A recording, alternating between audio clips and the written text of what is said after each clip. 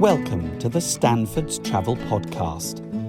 Mapping your travels since 1853, Stanfords is the world-famous independent map and travel bookshop based in London's Covent Garden. Thank you for joining us on this little podcast adventure. Well, the writing's on the wall, and here we go for our 2 o'clock event at the Stanfords Travel Writers Festival. Please welcome, in conversation with Ash Bhardwaj, Travis Elborough. Afternoon, everyone. Thanks for coming along. Well, this is a great one. This is very much fitting in with the title of the Stanfords Travel Writers Festival.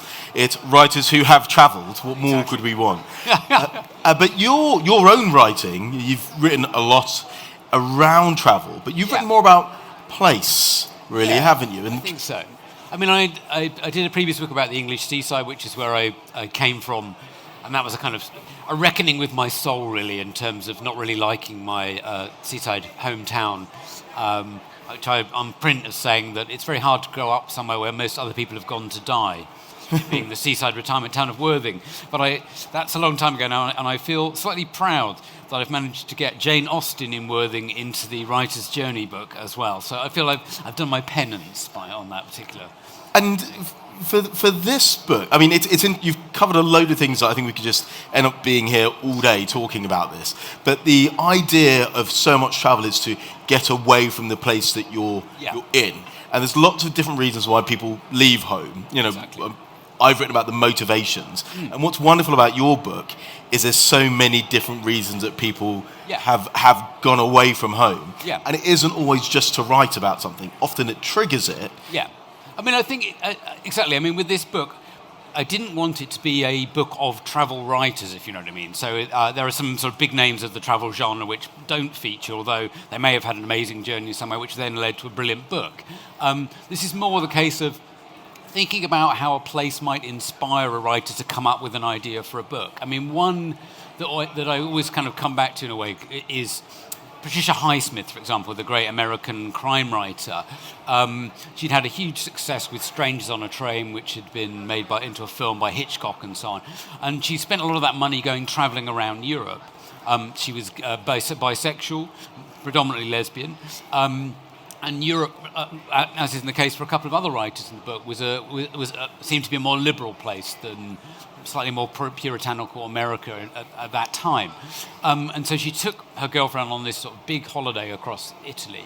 And there was one day, and they were staying in this hotel in Positano, and she got up early in the morning, and she just saw a figure walking across the beach. And she describes it as having this enormous determination. And that figure became Ripley, of the talented Mr. Ripley, and it was entirely just based on seeing this figure pounding across the sands with a particular drive that she sort of thought he looked both guilty and exuberant, and that kind of combination of drive and sinisterness would then become part of the character. And in those novels, most of Highsmith's novels, there's a fantastic Highsmith novel about Venice, for example, called They Were Followed, which is brilliant.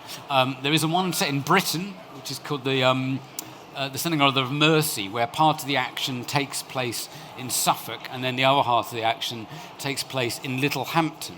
I'm from that part of the world, and one of the characters, plot spoiler, falls to their deaths from the cliffs at Littlehampton. There are no cliffs in Littlehampton, so I think she was definitely fudging that one. But the way that writers can use place, I think, is into fiction. I mean, some of these are non-fiction pieces of writing, but I think it's that when it's a journey, for example, that might trigger the beginning of a writer's career or a writer's idea. I mean, J.K. Rowling's case was one that she was just trapped on a slow-moving train coming back down from Manchester to London. And she actually didn't have access to a pen and paper. So she was just thinking through the idea of what would become Harry Potter while being trapped on the train. So in her case, it's in a way being thwarted on the journey that is in the inspiration rather than the sort of journey or the destination. And I think you say that she even has said since then that had she had a pen and paper, maybe she would not have ended up creating Harry Potter. Exactly, yeah. And also she gets the station wrong. Yes. She would have been coming into Euston, not King's Cross. So again, there's all these kind of like. I mean, I quite like that. I quite like the fact that it's wrong. And that doesn't matter anyway. Let's face it, it's Harry Potter, but it's a magical world in its own way. But it has some basis in kind of her. I mean, if anyone has had to take the train to Manchester from Euston, you'd realise that you need magic to actually make it to get that journey. Andy Burnham, I think, has been calling for similar things as it should be a Potter magic train, or the flying car. Yeah.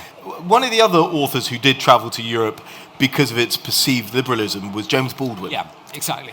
I mean, Ash, you write very well in your book about Hemingway and about how Paris changed Hemingway as a writer and made him more curious and so on. And for Baldwin, it was a similar thing in a way. I mean, for one thing, a friend of his had committed suicide not in New York, and he'd gone to see a movie in New Jersey, and they'd gone to try and eat somewhere after having seen the film, and had been racially abused or were not allowed into the restaurant. I can't remember which one it was now, because there's still areas of segregation in sort of New Jersey and so on. And in the end, he's got this grant, and he just takes the money and says, right, I'm out of here, and he goes to Paris. And Paris, he finds a great sanctuary. Not only he meets other writers there and hangs around with them. Richard Wright, author of Native Son, is based there. There are people setting up literary magazines, and he takes his place in those famous cafes, the Domago and the Café Flore, writing each day and so on. And he also meets his long-term partner, Lucien, and he's kind of writing this epic book, which will eventually come out as Go Tell It on the Mountain. But he writes it in France, in Paris.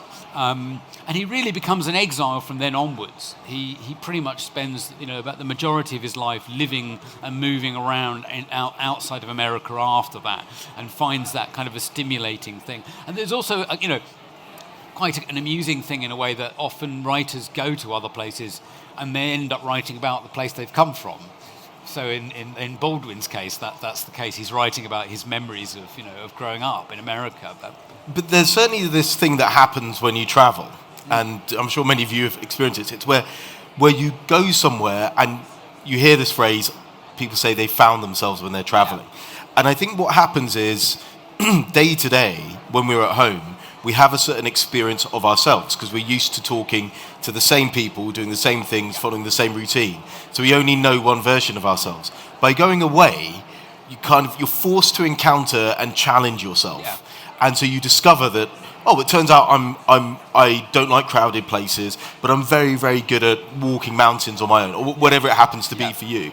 And therefore you discover something about yourself, which then allows you to see who you were at home and experience her in a new way. Good. I mean, I think there's also, Alan de Botton had this great line about, wasn't it? I'd gone on holiday and realised by mistake I'd brought myself with me. That kind of idea that you can't really escape yourself, even when you're going somewhere else, that you're stuck with this thing. But for lots of people, the travel, Liz Bishop, for example, ends up, gets a grant to go over to Brazil and ends up living there for the rest of her life.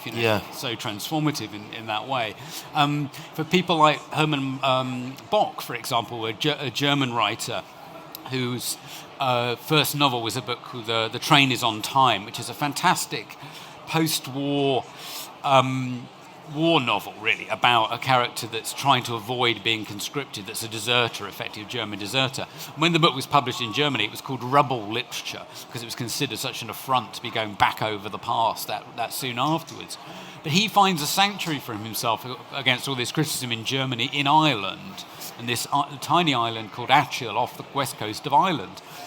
And he goes there pretty much every year for about 40 years and writes about the experience. Now, Bock was a Catholic, and what he to some extent liked about this particularly rural part of Ireland was it was still a very kind of devout area, and he himself later would sort of feel a bit disappointed that change, in a sense, had come to this remote part of Ireland. But the fascinating thing, in a way, for Irish people is, in a way, is that at that time, the Irish themselves, there's a mass exodus from Ireland, and Bock ends up establishing this thing where German tourists come to Ireland in his footsteps because he writes a book about it. So for Germans, Ireland becomes a place of kind of escape from Germany and a place to visit. whereas for the Irish themselves at that time, they're having to flee Ireland and part of the diaspora. So. Well, I mean, that's absolutely a thing about travel generally. It's easy to forget that the places we visit are people's homes. There's full lives there. They're not just places for us to consume and extract from. But so much of our travel is inspiration, right? We've heard other stories. We're motivated to go and see something, and it drives us to go and visit a place in a way that we otherwise wouldn't. Have you recreated or visited many of the places within the book, or are there any ones from here that you're really aching to go and do? I mean, I've been to Worthing, so I've done Jane Austen's Worthing, definitely.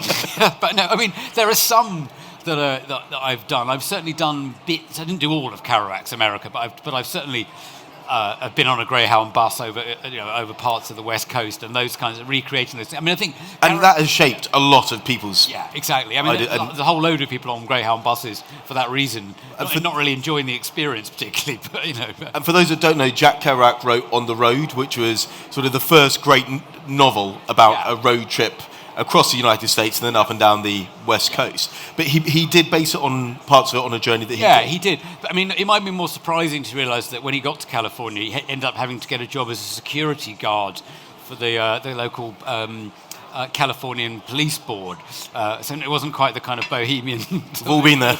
Exactly. But yeah, I mean, I think... And there are certain kind of other odysseys in the book that I have kind of... I've visited bits of Italy. I mean, Italy is a very popular destination historically, obviously, because of the Grand Tour and the classicism of it and stuff. So you have people like Goethe. And so the Grand Tour was this thing that basically aristocrats did in the 17th through to the 19th century, where they go and visit places that had high art, classical art. Exactly. And it was very much looking at... Really, a lot of it was looking at the legacy of Rome. Really, and Athenian Greece. It's like, well, it's that the beauty of the ruins as well. Being able to visit this place where the remnants of that imperial legacy were just still sort of crumbling and around, and plus also the Renaissance art stuff as well. Yeah. Goethe went as a painter. Really, he went there to improve his art, and one of the things it did was force him to realise that he wasn't going to be a painter. So again, these are those other kind of decisions. But I mean, Hans Christian Andersen, who we know predominantly for his fairy tales. He wrote a novel called The Improvisore, I think it's called. The Improviser, basically, it means. And it's based on a Roman street musician. And he was travelling around Italy, and he went to Naples with a friend of his and found Naples a kind of den of iniquity with male and female prostitutes everywhere and so on, which his companion he wrote about visited, but I think he didn't because he was rather shy. But he goes to Capri. And while he's in Capri, he finds this thing which is known as the Blue Grotto, which is this beautiful sort of cave with this absolutely beautiful water in it and so on. And he writes about it in this novel, and that really puts it on the tourist map. That becomes a thing that people go to Capri to visit the Blue Grotto. So Goethe for Capri was like Lord of the Rings for New Zealand. Yeah, exactly. Kicked off the tourism industry. Exactly. Yeah, exactly. I mean, I think that's it, isn't it? You write about this very well in your book. Why travel is a way that, by us all following in those footsteps, we end up with an experience that isn't really all that edifying. Yes, we kind of end up being part of a herd, traipsing on the footsteps of ex writer or ex painter and so on, and. I mean, you write in the book when you're talking about kind of trying to discover like Hemingway's Paris, and your friend steers you away from the Café Flore and those, he denounces them as tourist places, and I have to confess I have gone to those tourist places, and when you're there you're thinking, I'm not sure this is quite the bohemian mecca that I was after, but at least I know James Baldwin sat at their table scribbling. I can at least sort of put myself in the footsteps of, isn't it? But it returns to your point about the sense of place. And once we've developed a concept of a place and its importance in our mind, going there provides some sort of meaning. And we're never going to replicate exactly the experiences of our forebears or the people that have inspired us to do it. Yeah. But it's a good reason to get out the door, and it gives you an itinerary to follow. Yeah. And then you can make your own discoveries along the way. I mean, I remember. The German writer W.G. Sebald wrote a book called Rings of Saturn, which is all set around kind of Suffolk, and there's one particularly kind of apocalyptic description of the Suffolk landscape, evoking kind of the Holocaust and everything else in it. And Robert Macfarlane went on the same route, retraced the route, and he writes about it was a nice sunny day and the Suffolk countryside looked beautiful, and it just didn't have anything like the kind of same kind of visceral experience. And I've certainly had that, in visiting some of these places and also some of the places I did another book after this about artists' journeys and so on, and it's sometimes hard to see the picture it in the same way. But I think there's a deep-seated urge to do a pilgrimage, isn't there? Yeah, completely. Both in the Christian and in the Muslim faiths, the Hajj and so on is wired in. You're supposed to do that. So I think walking in the footsteps of, I think, is still a kind of noble thing. And as you say, it gives you an excuse to making a journey that you might not otherwise make. And also, it can really enlighten and inform how you think about a kind of landscape. I mean, one of the people that's in here, and again, she represents, as you said, there are often reasons why people travel. So unusual as it may seem, but Mary Wollstonecraft had a sort of broken relationship, and her then boyfriend, who sort of dumped her pretty much, had a debt that he needed to have sorted out in Sweden. And so for some reason or other, Mary gets dispatched to Sweden to sort out this debt from her ex-boyfriend. So she travels to Sweden and around Norway and Denmark and writes this book later on, one of her last books actually, which is a kind of letters from Sweden, Norway and Denmark, I think it's the full title. It's a really interesting book, actually. It's just in terms of she's putting quite a lot of her personal experiences into descriptions of place, but also her heartache and everything else.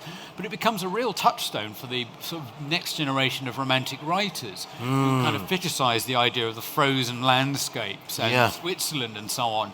And her daughter, obviously Mary Shelley, when she writes Frankenstein, has Frankenstein as the sort of framing the book, lost on the ice, being picked up by this sea captain, and that's kind of lifted from her mother's book. And a similar case of lifting is Bram Stoker as well. So Bram Stoker's Dracula, obviously the new Nosferatu film, is in cinemas now, and in that particular film they've even made the Dracula character look like Vlad Tepes, the famous impaler that the character is based on, with a little moustache and the kind of headgear and that. But Stoker only went as far as Whitby, and always blamed Dracula on having had too much dressed crab in the beefsteak room, where he had a kind of nightmare.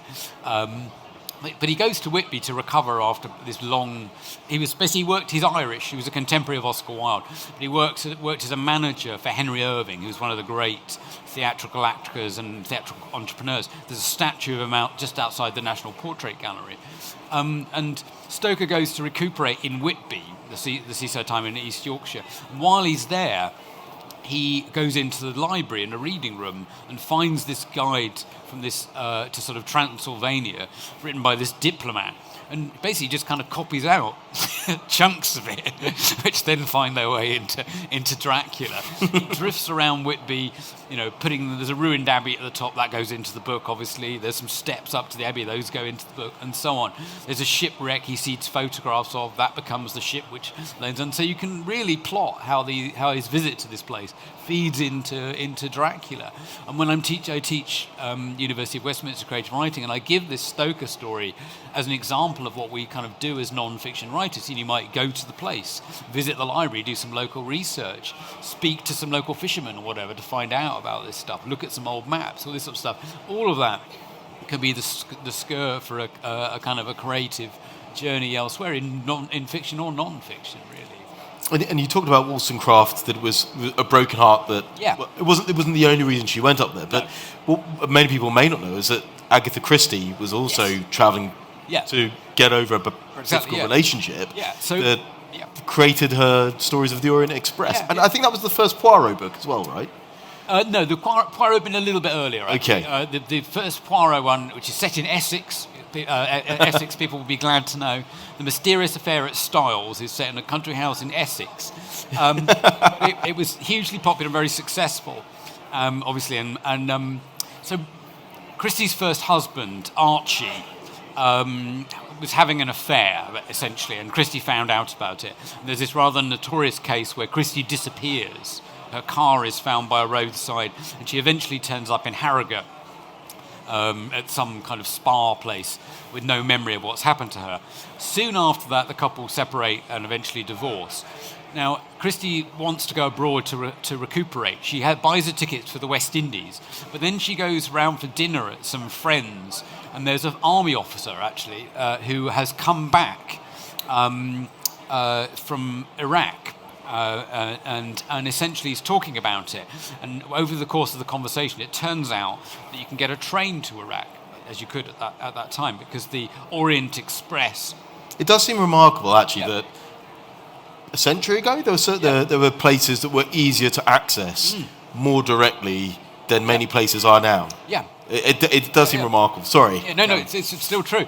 But so Christie changes her tickets for West Indies and buys a ticket on what it was the Simplon Orient Express is what it's called. There are two wings of the Orient Express at that time, and this one you go to Beirut, I think it is, or but you have to change one other station to get there and stuff. But anyway, so she goes on this journey, and it's the first time she's travelled on her own. She's actually travelled a tour of the world before with her husband, where, interestingly, she took up surfing in Hawaii. Agatha Christie there's photographs of Agatha Christie surfing in Hawaii on a board. She was a keen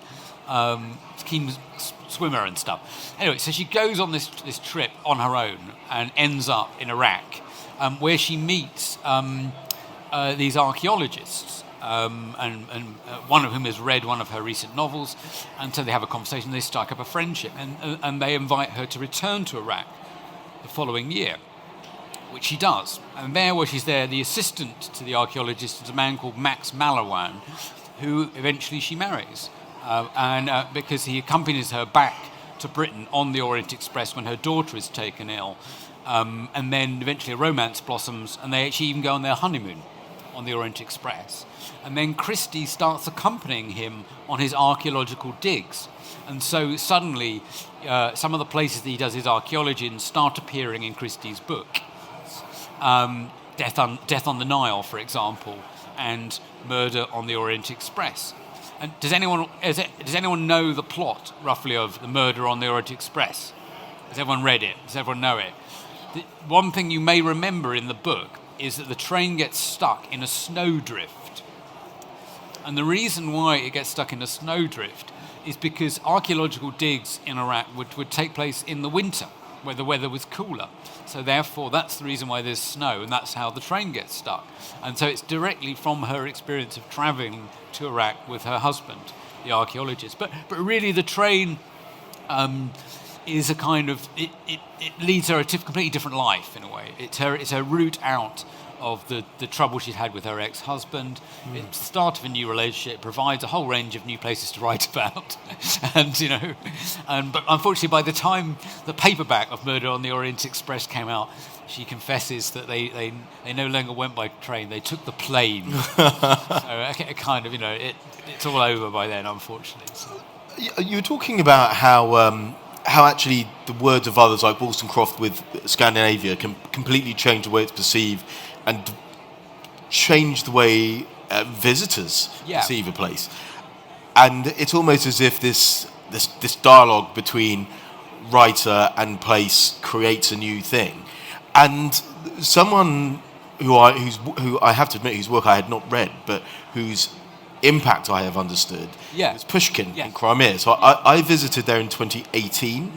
It had been occupied by Russia for 4 years. And I remember being aware that there were sort of 3 different reasons why Russia wanted Crimea. One was a strategic reason for Sevastopol. The other was the significance of Yalta and being a sort of global power. But then there was this romanticism, this idea that it was almost...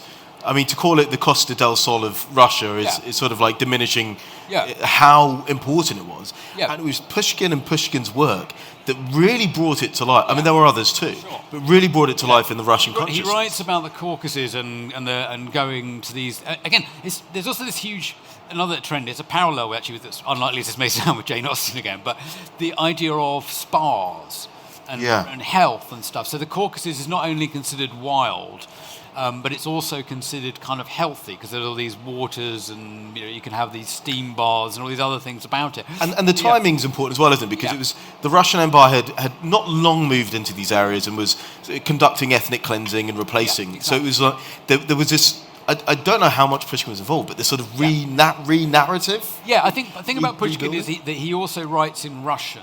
Right. And so he becomes really the first poet in their own language. I mean, even when you're up to Tsar Nicholas and stuff, Nicholas and Alexander spoke to each other in French or English at home. So there was rather like the Normans or something like that. There was a kind of that divide within the and so Pushkin, as a Russian language poet, puts these places on the map in terms of he romanticizes them as well. They're in the same way that to some extent the Romantics do. With Byron, with Albania, which I know you visited as well, where he starts wearing the turbans and things because he's encountered kind of Islamic culture and on the fringes of the sort of Greek Albania border and so on. So Pushkin, he writes these wonderful kind of obviously verse narratives.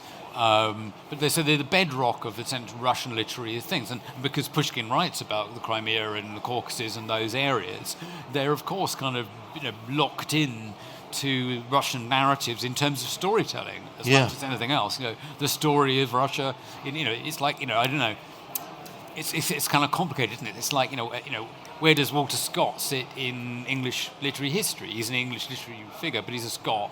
It's a bit like if Scotland had gone independent, would England invade in order to have Ivanhoe back? I don't know. It's like probably not, but hoping not anyway. But there's a kind of which is an interesting because of Albania in that region and those notions of belonging and ownership of land that is so embedded in writers and the culture and identity is built by these people whose journeys. Yeah, exactly. And some of those are dubiously colonial claims, really. I mean, when Flaubert goes to Egypt, which obviously Napoleon had kind of conquered, he really goes as a sex tourist. He's going over they're actually going on a kind of French government mission, and hence there's loads of amazing photographs that he and his companions took when they were touring Egypt. But while they're there, they visit as many flesh pots as possible. But like most French diplomatic. No, yeah, exactly. We're not casting aspersions. Other diplomats, I'm sure, are absolutely fine. But others go for much more sort of conscious not even self-development, but social development reasons, like Maya Angelou travelling to Ghana. Yeah. And she was out in the 50s, is that right? That's right. No, it's a bit later. I think it's 60s. I think maybe it's early 60s. Okay. She's there. It's after Malcolm X actually visits her there, but it's actually after Malcolm X has done his Hajj. And so he's quite interesting as a figure, having been in the Nation of Islam. Having done the Hajj, he then becomes much more interested in this. This is going a bit deep, isn't it? Sorry, for a Sunday afternoon. But anyway, he then becomes much more interested in kind of pan-nationalism. But basically, Maya Angelou is actually supposed to go to Liberia. She actually has a position she can take in Liberia. And so Liberia is a country in West Africa that was founded with American money for emancipated, enslaved people to move to. Yeah. So she's originally going there, but her son is going to university in Cairo, but he falls ill in Ghana. So they end up staying in Ghana, and she gets a job working in a I think it's a museum or a theatre somewhere, and starts writing for the local paper. At that time, I think his name Nuwa, I can't remember his name. The president of Ghana is a Marxist who's encouraging African Americans to settle in Ghana as part of this sort of pan-African thing. And one of the things that Angelou does is that she learns the local dialect and language, and some of the other Americans who are there don't. And she sees, in a way, that there's a divide between the sort of native Ghanans and the Americans who have come in a way, and she sort of sides with the Ghanans in the end. But ultimately, what happens is that she reaches a degree of realization. She writes about this later in her memoir. It's actually a really lovely book. But what she ends up concluding, in a way, is that she didn't really. She actually said, I didn't really get Africa, actually. I think what it forced her to realize was she was actually American, deeply American. And therefore she returns to America with that knowledge. And she also says knowledge about who I was, also kind of what I had to do, which actually was go back to America and fight for civil rights there, rather than leave America and be part of a kind of slightly amorphous pan-African thing.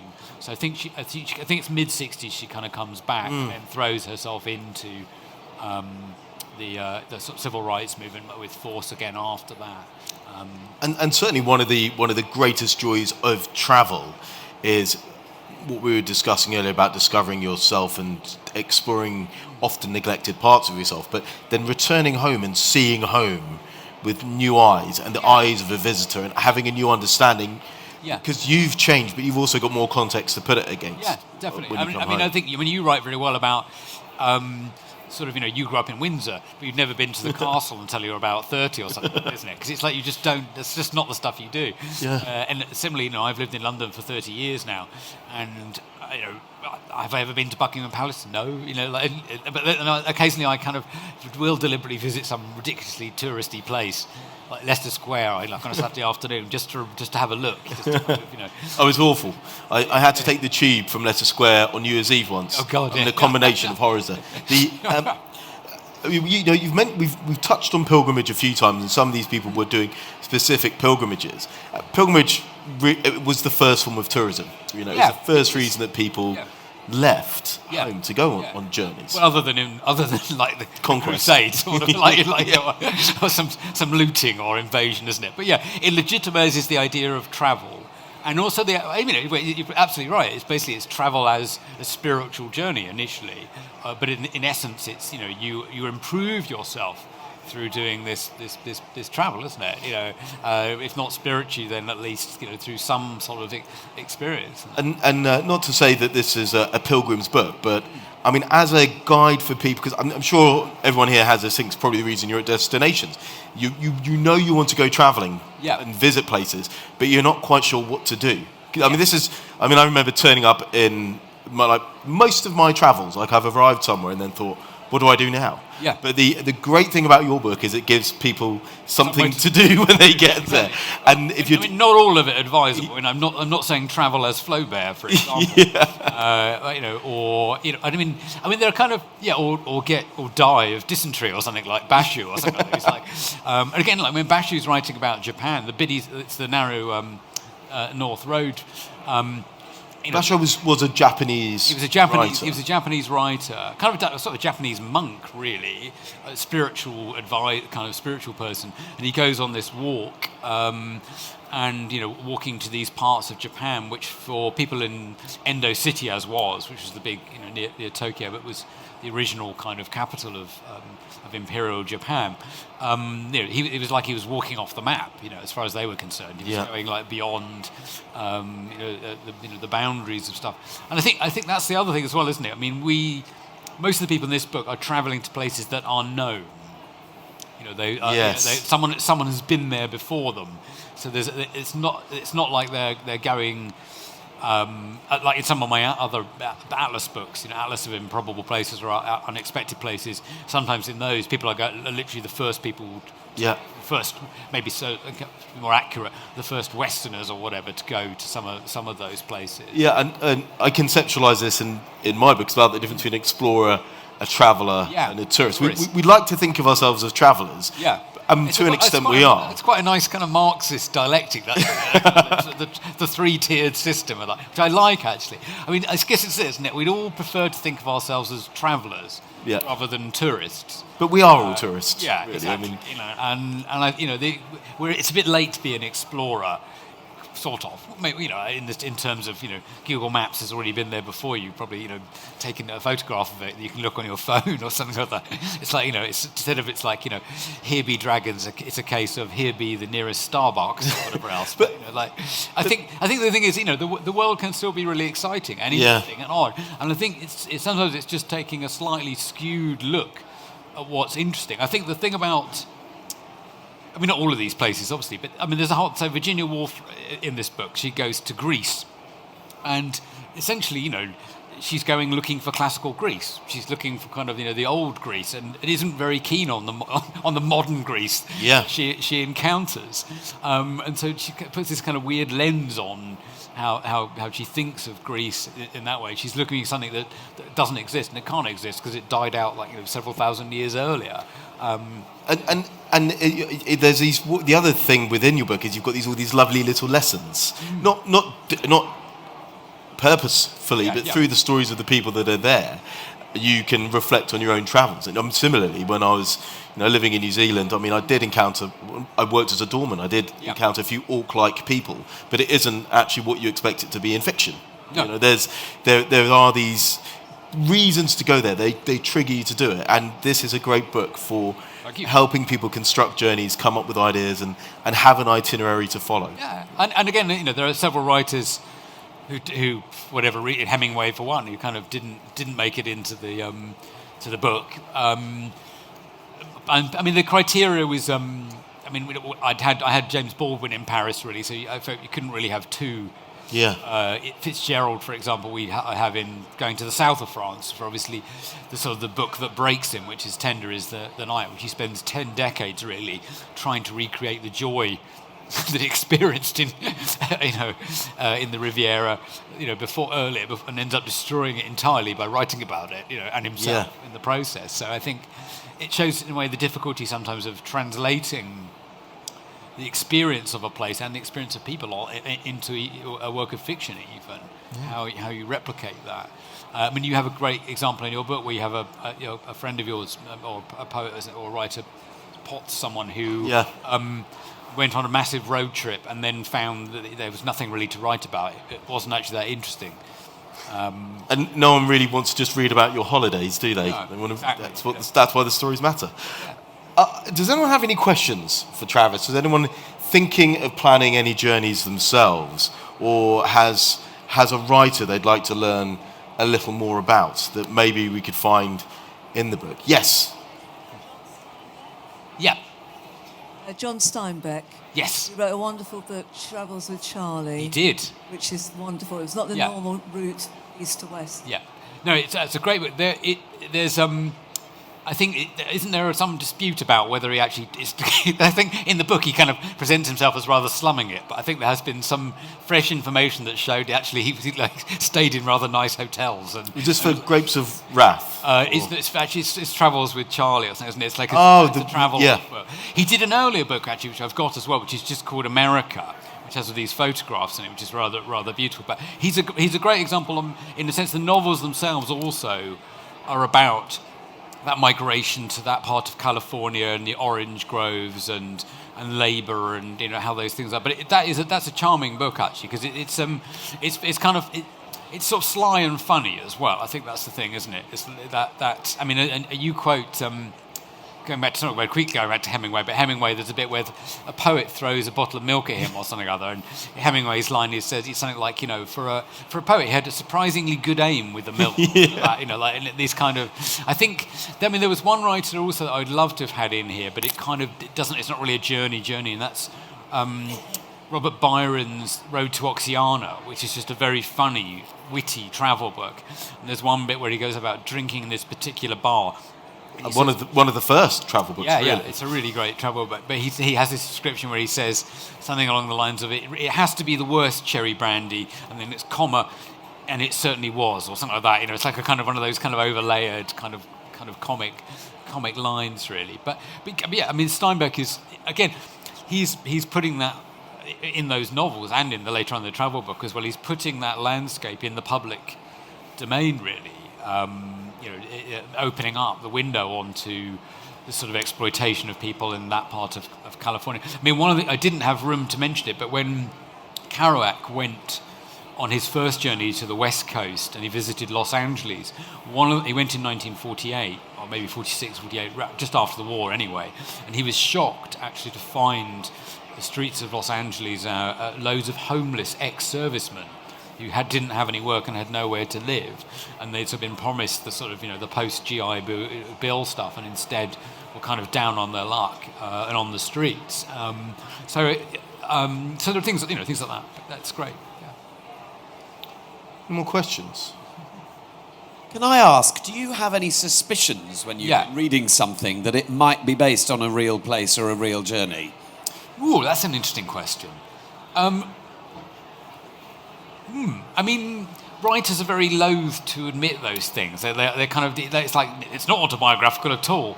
But I mean, I remember I interviewed Alan Sillitoe a couple of times, the great sort of, angry young men writer from the North who wrote a lot about Nottingham. He had a rather lovely flat in Notting Hill Gate, which admittedly he had bought in the 60s, a long time ago. But he just showed me this wall of books, and all of them were about Nottingham. And he said, just so they get it right. And and so he had this whole kind of library of stuff. I mean, I'm slightly stumped to think of an example where it's not based on the thing, if you know what I mean. Where people, I mean, there are some things where names are changed, and I sometimes wonder why. There's a great, The Tiger in the Smoke, this great London detective novel where was it Marjorie Allingham? I can't remember who wrote it anyway. But it's a fantastic London novel, but she fictionalises all the streets and changes them, and that kind of really annoys me because it's like I want to know what this is based on. Yeah.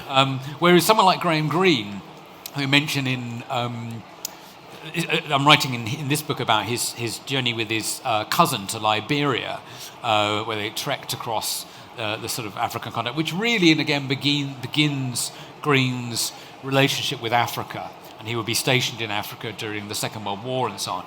But his London novels of the 1930s are very, very topographical. And actually even the post-war one, The End of the Affair, for example, which is about a kind of relationship. And the character, his name I can't remember, but the wife who's having the affair and the person she's having the affair with live on opposite sides of Clapham Common. And Greene had a house on Clapham which actually bombed during the Second World War. But the common is about the kind of social divide. The posher bit is the side where she lives with her husband, and the poorer bit is where the writer lives, who she has the affair with. So the landscape is kind of really important to how that book works out. My wife was born in Stockholm in Sweden.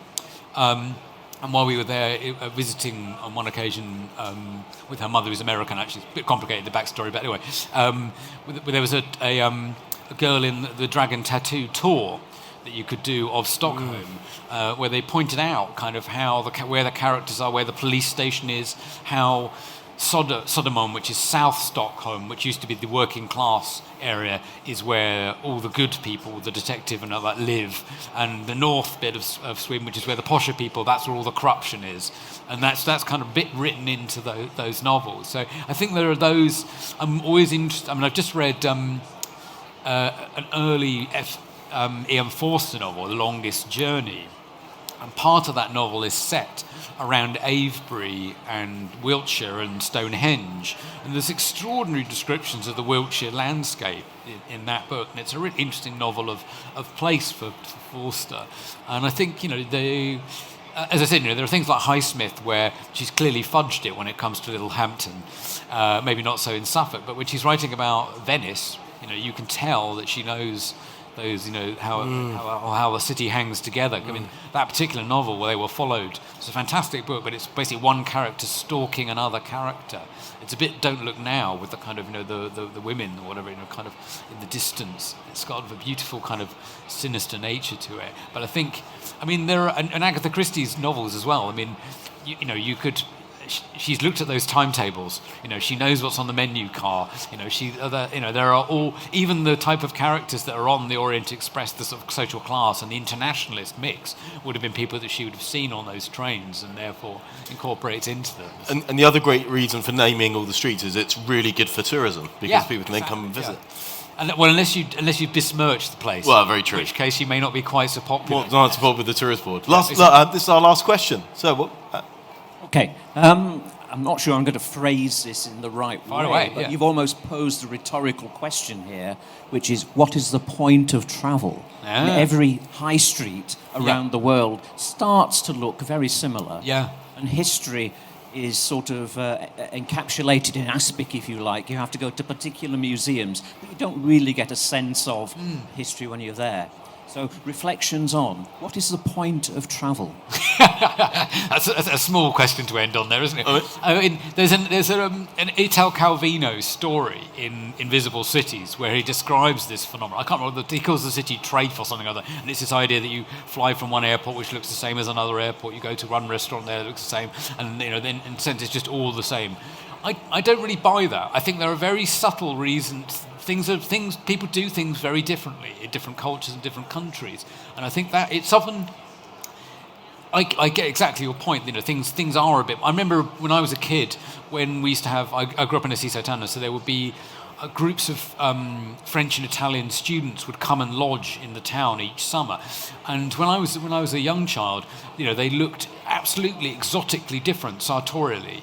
French and Italians wore a shade of denim none of us had seen in England. It was an absolutely different colour, and they wore kind of these bright jumpers and all the rest of it. And it was there must be a French student, which probably didn't help when occasionally local kids would lump them or something or other. But I still think, although everyone wears the same sort of,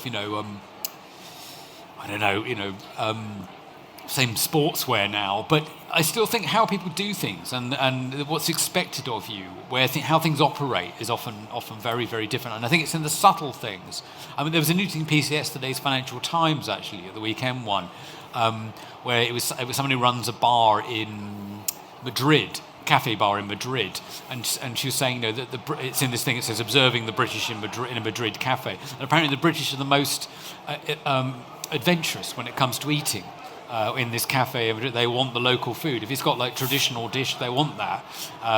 Whereas the Americans will have will have a avocado on toast or whatever and stuff. The British people actually want the Spanish bread with tomato on it. And you see this even in England. I mean, if you travel to Manchester, it is a different place to London. If you travel to Oxford, it's a different place to London, disregarding the architecture. So regionalisations do give you a different sense of place. If you'd like to know more, I literally wrote a book called Why We Travel. And it's very good. And I'll be over there. Copies will be available. Ash's book is a great philosophical, because it wrestles with some of those questions. And his point in a way that, there's the explorer, the traveller, and there is the tourist. And we all want to be travellers, but probably we are all tourists, really. But at the same time, maybe, there's a kind of, how much adventure can you take as well? It's like, there's an element where you want things to be different and exotic and strange. Japan, for example, the lines on their kind of underground system all have individual theme tunes. There's a little kind of noise, which I think is beautiful, and we should do that for London. So, and it's great for people, who are visually impaired or whatever, or maybe a bit lost or something or other. They can work out which line they are based on which tune it's going to play when it pulls into the station. And in Germany, my wife's in Berlin as I speak, or maybe flying back now. But there it's very hard to pay for anything with a card. You've still got to use a load of cash, and that's there are deep reasons why that's still the case, and so those things are kind of writ large when you just subtle differences in how people do things, when people eat, what you can eat when, all these things. I think it's more the travel doesn't it can do both kind of basically. It can both widen the mind and make you also very parochial and very narrow-minded and kind of like, so it can go either way really. But I think ultimately, to engage with other cultures and to you're not lessened by that experience, I don't think. I mean, I used to work with international poets doing tours around Britain with them, and one Sorobo unfortunately has died now. He was a refugee who'd left Iran and ended up in Sweden. He was saying in Iran, you write about the sky and God because it's a desert. He'd come to Sweden and he was now writing about nature. And because he was in the fjords and had this greenery around him, and it brought a different kind of relationship. And I think in subtle ways, by just looking at the world a little differently and askance can make us just a bit richer as people. And a great starting point for all these different ideas is Travis's book, which he will be signing over there at the Stanfords bookstore immediately after this. As Ash with his wonderful book too. Travis, thank you all for coming. No, thanks for the great questions as well. Thank you, Travis. Cheers, guys. Cheers. Thank you for listening to this episode of the Stanfords Travel Podcast. You can find us at stanfords.co.uk and follow us on social media at Stanfords Travel.